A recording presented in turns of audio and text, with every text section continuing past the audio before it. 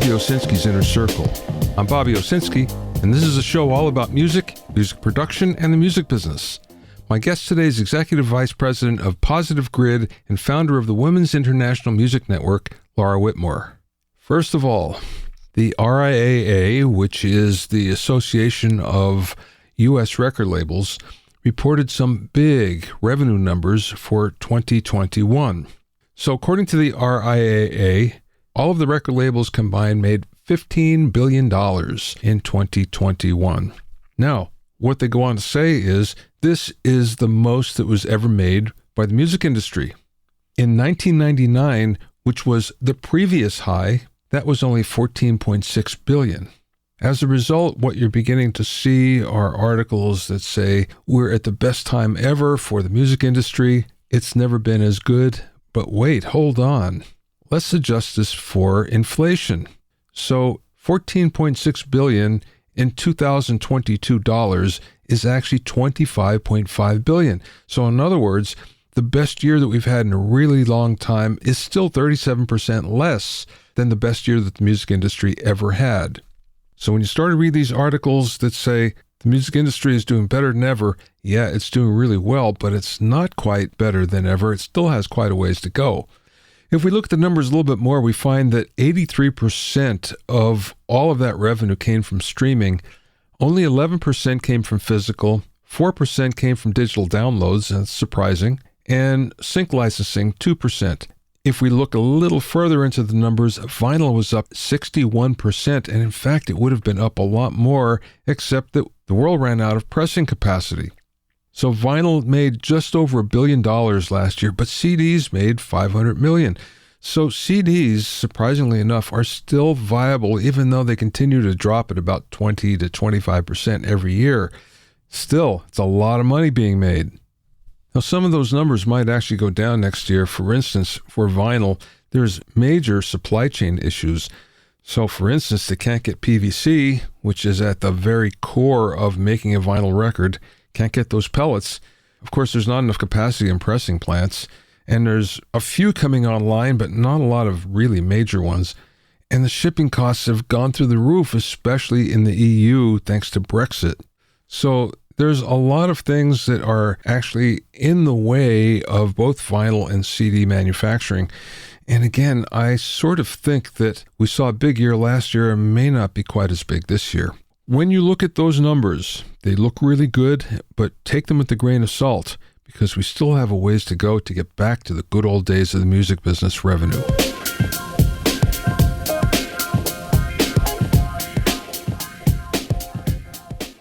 If you have any questions or comments, you can send them to questions@bobbyowsinski.com. Also, learn about the latest in music, audio, and production news when you sign up for my newsletter at bobbyowsinski.com. You'll also find out about openings for my latest online classes and special events. That's bobbyowsinski.com.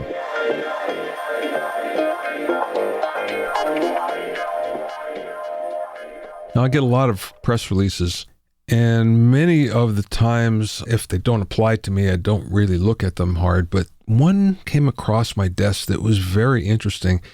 It was about the Moorer Prime P1, and they call this an intelligent pedal. It's actually an ultra-compact audio interface and multi-effects loader that contains 126 guitar effects, 73 bass effects, and 40 drum machine slots, plus an 80-second looper. You can get dual effects chains for bass guitar and 10 classic bass guitar amplifier models, and there's the obligatory tuner and metronome built in. So all this is controlled by an Android or iOS app, and you can control it from a Bluetooth foot switch. The unit is about the same size as a phone, and unfortunately there's no price indicated yet, so we don't know how much it's going to cost, but knowing more, it's not going to be too terribly expensive. Okay, so why do I bring this up? Could this actually be the beginning of the end of the analog effects pedal for guitars? Now, the interesting thing is, one of the hottest sectors of the guitar market is effects pedals, but we're starting to see more amps coming out with built-in digital effects, and with units like the Prime P1 coming out, now we're seeing maybe a guitar player doesn't need all those effects because it's pretty much built into one unit. Not only that, it's easy to get a switch bank that's just Bluetooth enabled, and there you go. You don't have to worry about all those pedals. Plus, it's possible that you can get the best versions in the emulations that are built in. So this could be interesting because it could mark a big change in the guitar effects and guitar pedal market that I don't think anybody saw coming.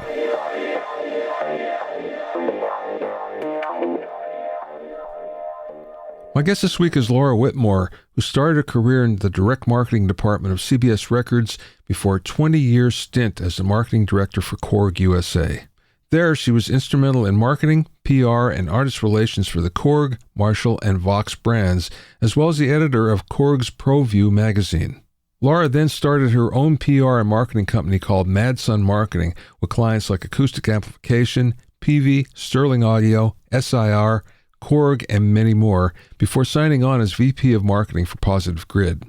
In 2012, she also founded the Women's International Music Network to create a hub to connect women in all facets of the music business and expose them to role models, events, and educational opportunities that focus on women in music. During the interview, we spoke about the difficulties of doing PR in today's social media world, the idea behind the Women's International Music Network, musicians as entrepreneurs, and much more. I spoke with Laura via Zoom from her home office.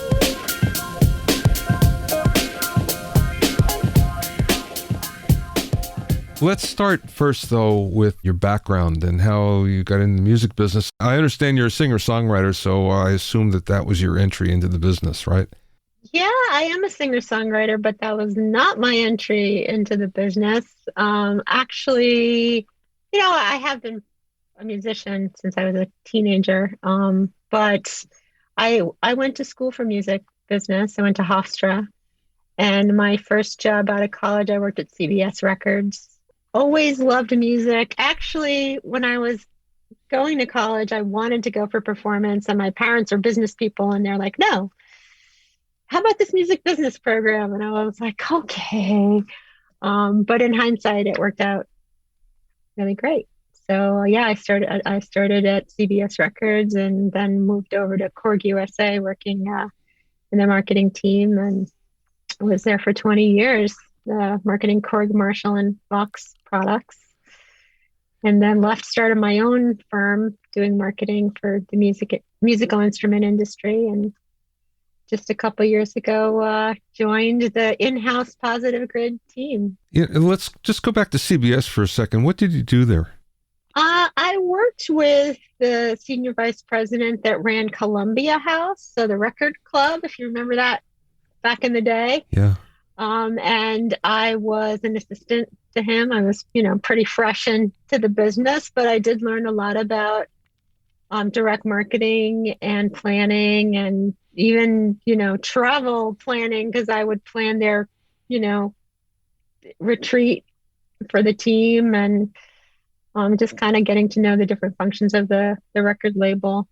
But after a couple of years, I tried to move around within CBS, and it was a huge company, but you still had to know the right people, to get where you wanted to go. So the job at Korg kind of fell into my lap, and yeah, I started out doing artist relations there. So that was a really great transition for me to go from CBS over to that company. But, it was back in the heyday of record labels too. So There was a lot of crazy stuff going on there. It was pretty cool.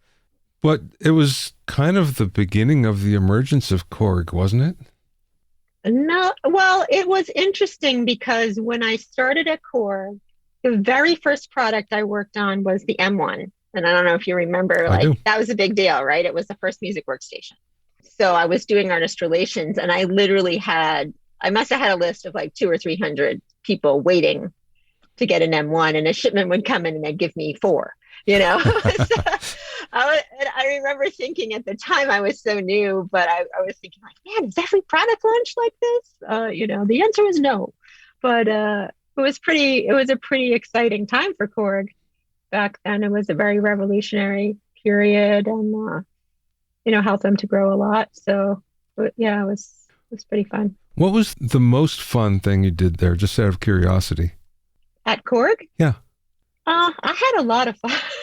And I was there for 20 years, so I have to pick just one. Doing artist relations was great. It was pre-internet, so I was out seeing shows 4 nights a week, meeting with people. I got to know all the security guards at all the venues. They would just say, "Hey, Laura, like, come on in."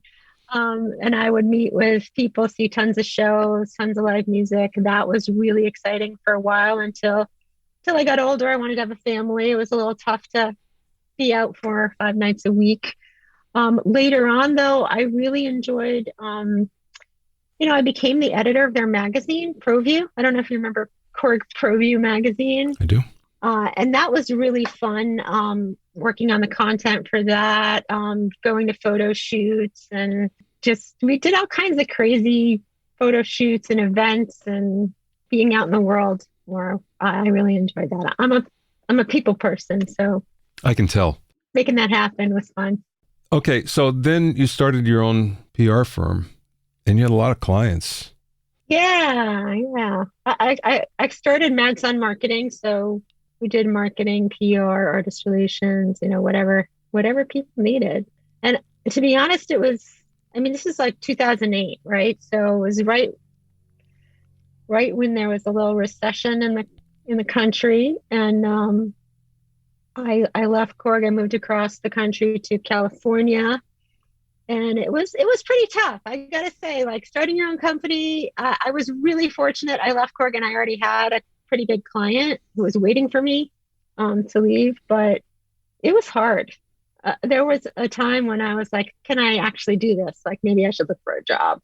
And then I don't know, I started hustling a little more. Things started turning around, and I ran Mad Sun for about 12, 13 years. And yeah, worked with all kinds of companies, from little guys to big companies where, maybe I did one function for them, but for a little company, I was their whole marketing team. So I definitely learned a lot, met a lot of people, had a lot of fun. But what's interesting, I think, you were there during the transition of PR, because PR is different now, especially when there's so much done online and there's fewer magazines, and it's just a different mindset than it used to be. PR is tough. It actually, at one point I was like, I don't want to do PR anymore. Like, somebody wants PR, I'm sending them to somebody else. Yeah. It has evolved to a place that we look at it from both sides of the table, right? The people working for the media, they have less resources. There's way less of them, like maybe there's one guy where there used to be 5. So it's just really tough for them to really give focus to interesting and new ideas, right? And then there's a lot more metrics, so they're not taking as many risks with the kind of content that they're going to run, right? And then there's just overall less places to go. That have like a critical mass of viewers, or of people involved. But then when I look at today, there's other things, there's podcasts, there's, YouTubers, there's all kinds of different ways to get your story out. It just requires a different kind of hustle, I think. Yeah. Well, again, there's so much revolving around social these days that you could just specialize in that. The thing about PR, and you well know this, is it's so hard to justify your existence to your clients, because sometimes what seems like a win to you doesn't seem like a win to them. Yeah, and it's all about metrics too, right? So it depends on how you're measuring success. So if you're saying, hey, this is one piece of the puzzle in getting visibility for my brand or awareness, that's a different goal than, hey, they didn't click through and buy anything. Like, hey, well, maybe this is the first time they've ever heard of you. They might not buy right away. Like, it's a piece of information that adds to their purchase journey. So I think you're right. Expectations don't always match up, and there's not always an easy way to measure like the results of what you think is success, what they think is success. Even with all the metrics we have today, you still don't know everything. You don't know how many things affected somebody's decision to purchase. Yeah. No, it's I think it's tougher, honestly. I think it's tougher too. I think PR is I mean, I sort of lump PR into this idea of just other people talking about you. To me, it's not necessarily just about, hey, that magazine ran an article. Like there's a lot of other things lumped into that. I have a lot of friends. Well, I won't say a lot. I have a few friends that were doing PR for a long, long time that have transitioned to other things because it just changed so much that part of it wasn't fun anymore, and the other part of it was required a different skill set that you have to learn. And some people just go, I don't know, I don't want to do it. So yeah, I get it. Yeah, and I also feel like it's one of those "what have you done for me today" type jobs. And that's kind of exhausting. Yeah, right. So I give those people a lot of credit that are still plugging away in PR because it's tough. Yeah. So you made the transition to Positive Grid. Tell me about that. Yeah, well, Positive Grid was one of my clients at Manson Marketing. So I worked with them maybe for like 2 or 3 years as their agency. And then they offered me this role as VP of marketing. I went in-house with them just about like 2 years ago. It was April 1st, 2020. So it was right after we all went home, or we've been for the last 2 years. But it was also very fortunate. It was kind of funny. I'm just realizing this now as we're talking, like it was right when we were launching Spark. Like we had just launched Spark. We had gone to NAMM in 2020. Spark ended up going crazy and people waiting for it for months. And I sort of feel like we had this sort of cult-like phenomenon happening around, like, when am I going to get my Spark? Oh, this guy got it. How long did it take you? What was your order number? Like all these things going on. And it just really, blossomed. And so I've been spearheading marketing for the global team. It's been really exciting for me. Personally, professionally, as a person in the industry. It's a very forward-thinking, risk-taking company that is very focused on, creating a paradigm shift, creating a new ways of thinking about creating music.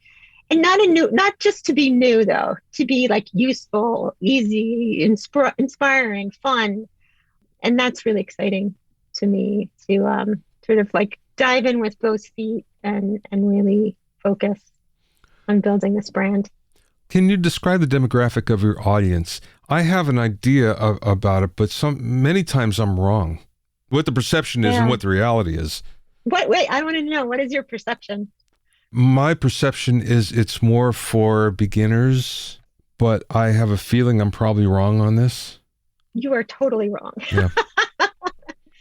I mean, I think a lot of beginners use Positive Grid products, use Spark and Bias, and now the new Spark Mini, because there is like an easy entry into it, and there are features in the products that seem like no-brainers for beginners. Like auto chords, it'll give you the chords to any song. You can learn a song. Being able to connect the app and have like all this gear to choose from, and just have some fun poking around and trying out gear. But I will say it kind of surprised us too. Like when we launched Spark, many, many people who bought and continue to buy Spark have other gear, have been playing for years and years, have 10 guitars. They're like, it definitely has appealed to people who just love to play. And I think people saw the value in some of the tools. They were home. They had backing tracks at their disposal. They had Smart Jam that could build a track for you to jam along with as you're playing. And it just added this new level of interaction, fun, inspiration to players of all levels. And we really see that now across the board, like when we're looking at the demographics and information on people who are purchasing. It's really like from the beginner to like the super seasoned, even like pro guys. Like we saw a video of, like Keith Richards, backstage warming up through a Spark. It's out there. That's pretty good. Yeah. Yeah, he'll sell some. It's pretty broad. Yeah. I think the timing was probably right in that, especially like for you joining the company when you did, because there's so many people that were home and had time that they wouldn't have had otherwise. So they're able to explore these things that they might not have otherwise.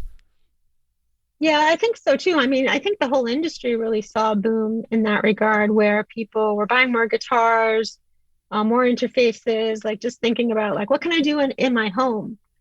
I think there was definitely this factor with, Spark especially where, you might miss jamming with your friends and now at least you have like this piece of gear that can give you some of that feeling. But I think we also saw like a lot of people who maybe had played guitar at one point in their life and like you said, they didn't have the time, they didn't make the space in their life for that. And now they're home, they don't have to commute. And this product just like inspired them.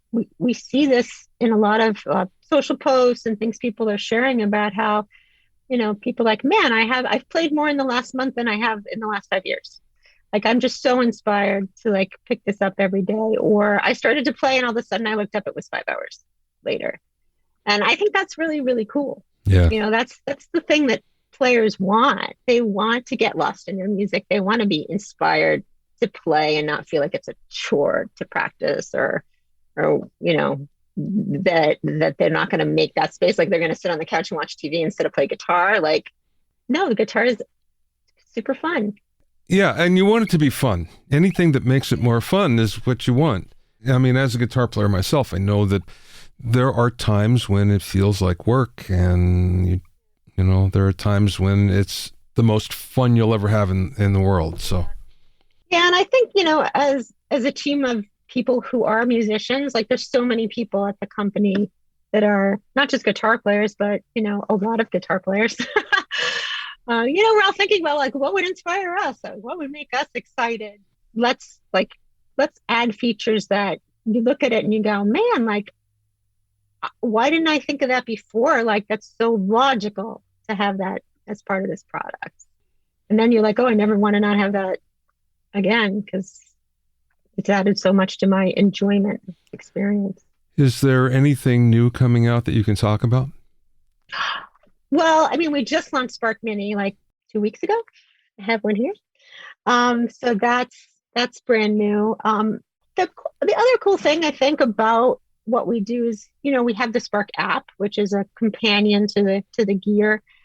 And we're constantly, creating updates to that, like new features. We just launched, we just put a tuner in the app. Everybody's like, hey, like we had it in the hardware, but now we have it in the app because, like I said, we're always trying to think of what can we do to just make this better, cooler.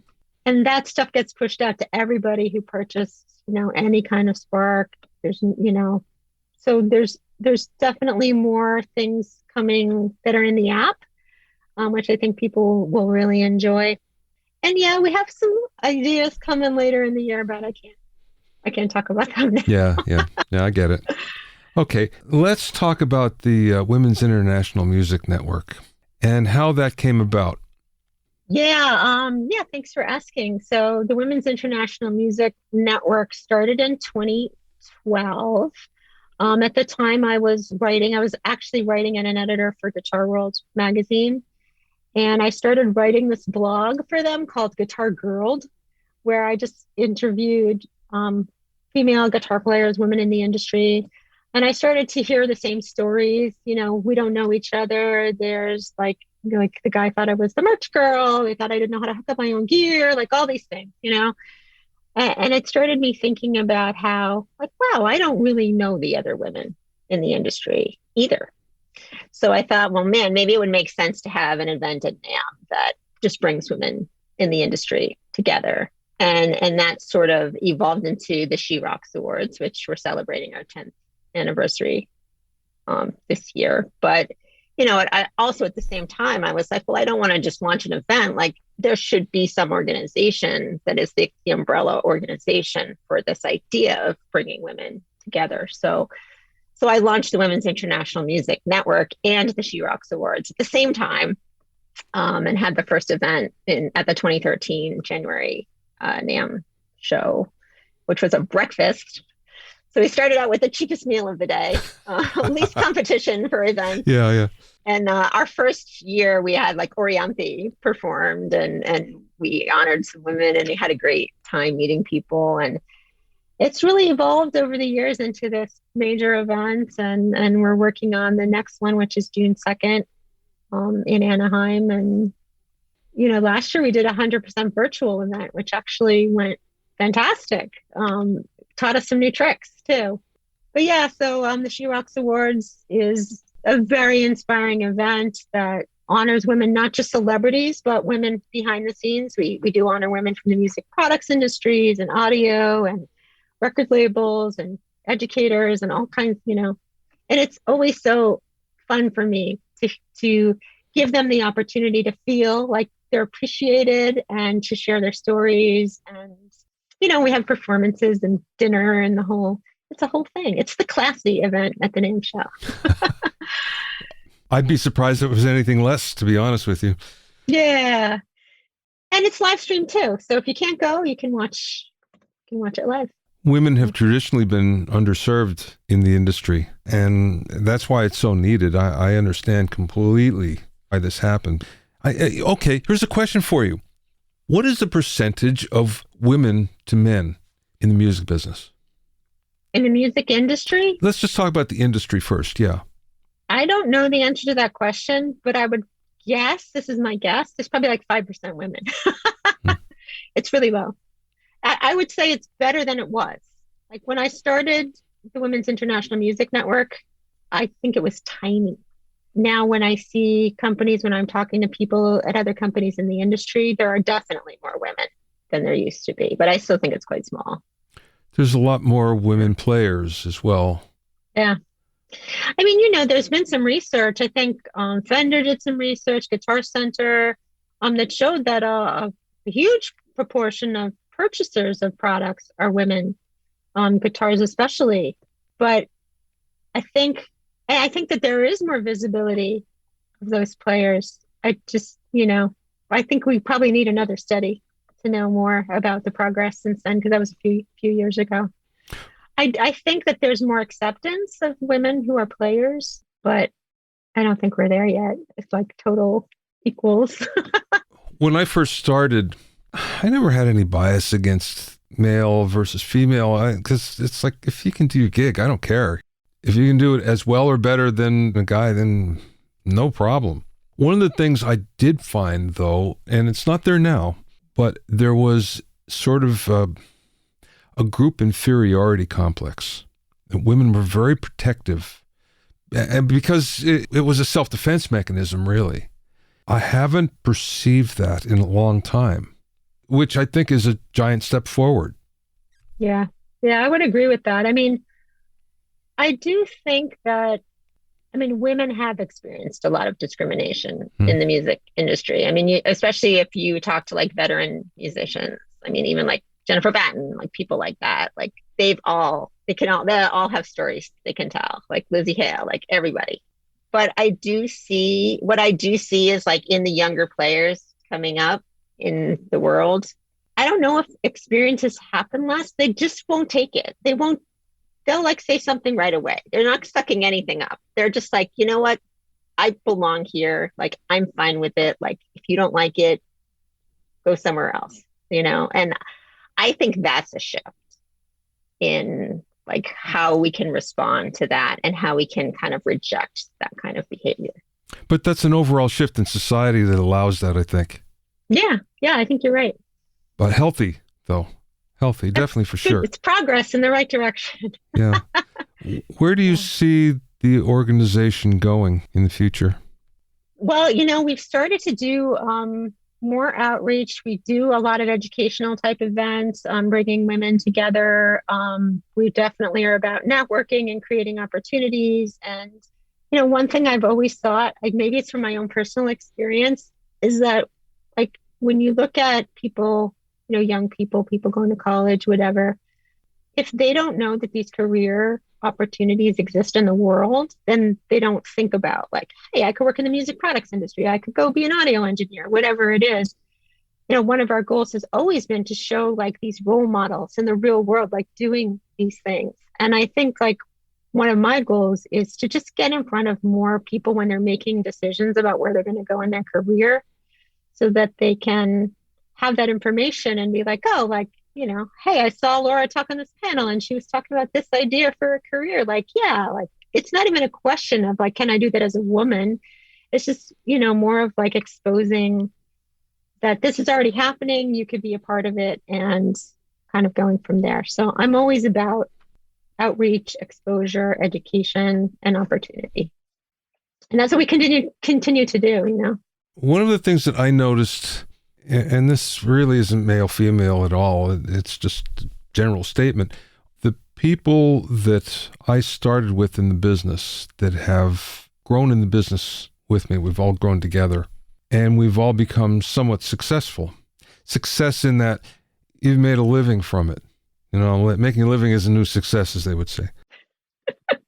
But there were two things. One was persistence, and one was the fact that where we all started was as players, and where we're ending up is in other places, and yet still have a very fruitful and fulfilling career.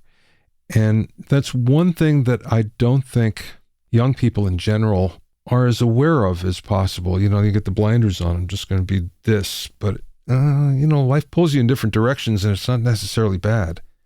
I agree with that 100%. I don't really know what young people, I mean, I have kids who are in their 20s and I kind of know what their perceptions are, but I think like there's no roadmap in the music industry, right? Like people think like, oh, I'm going to play and I'm going to gig and I'm become famous. Like, oh, that's magic. But other than that, it's not like there's this prescribed, career path for people. I know my own personal experience, my career has been like so windy. Especially when I was running Mad Sun, I was running another business called Backstory, which was like a live stream interview series with musicians. And I was running the Women's International Music Network. And then like sometimes other things came up and I'm like, oh, that's interesting. Let's check that out. I think it's more about, nurturing this idea of open-mindedness and that you have to be out in the world to like see opportunity and like create opportunity and think about like, how does that connect to what your goals are? And I think like the best thing we can teach people is, how to network. What does networking actually mean?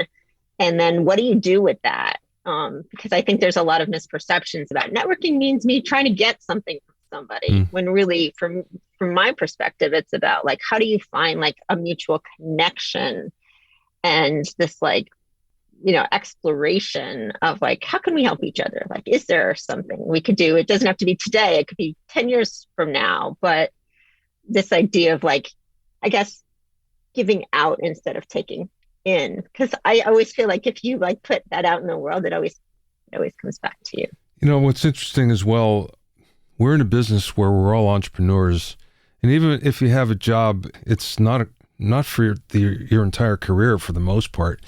You were lucky because you had 20 years at one company, but it's rare when that happens in the music business.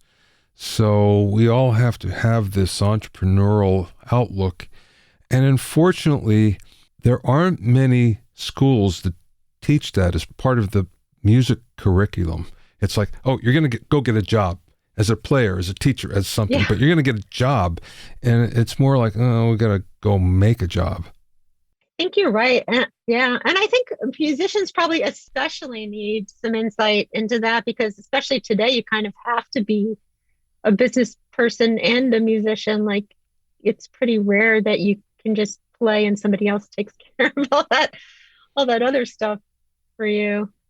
And it's some of it's really hard. Some of, I'm still learning new new things about running a business or thinking on an entrepreneurial level. And it's not for everybody, like, for sure, but there's probably some basics that would be good for anybody in the world to know, not just in the music industry. But see, there's a good educational opportunity for the network for you. Yeah, you're right. I'm going to make a note. Yeah. Oh, because I bet that a lot of your members are missing that one little piece that might make a difference for them. Yeah, I'm sure you're right. Yeah. Okay, last question, Laura. What's the best piece of advice? Could be business, could be music, could be just life advice. The best piece of advice that maybe somebody imparted to you or maybe you learned along the way. Yeah, that's an interesting question. I probably have 20 pieces of advice. Bring it on. Yeah, I do think what I was just talking about, I do think getting out into the world and talking to people is really key. We're so isolated now. And even I think when you talk on Zoom or whatever, it doesn't have the same effect as when you actually are with people and the connections that you make when you're in person with people. I always thought that, my secret weapon for meeting somebody that I wanted to know was to either go to a show where they were doing a panel and waiting till the end and going up and saying hello, or moderating a panel myself and inviting them to be a guest on my panel, because everybody loves to be on panels. So I think there's always a way to connect with the people that you want to know. I'm always I don't know. I'm just a big advocate of showing up. So many people don't show up. If you show up, you're halfway there. You can find out more about Laura and Positive Grid at positivegrid.com. That's Positive Grid, all one word, .com. Also, you can find out about the Women's International Music Network at thewimn.com. That's all one word, thewimn.com. Thanks for listening and being in my inner circle. Remember, if you have any questions or comments, you can send them to questions@bobbyowsinski.com. To listen to other episodes of Bobby Owsinski's Inner Circle, go to bobbyowsinski.com and select the podcast tab, or go to bobbyoinnercircle.com, where you can find it on Apple Podcasts, Amazon Music, Stitcher, Mixcloud, Google Podcasts, Spotify, Deezer, TuneIn Radio, Radio Public, and Podbean. At bobbyowsinski.com and bobbyoinnercircle.com, you'll also find a sign-up form for my newsletter and for alerts for new podcasts. This is Bobby Owsinski. I will see you next time.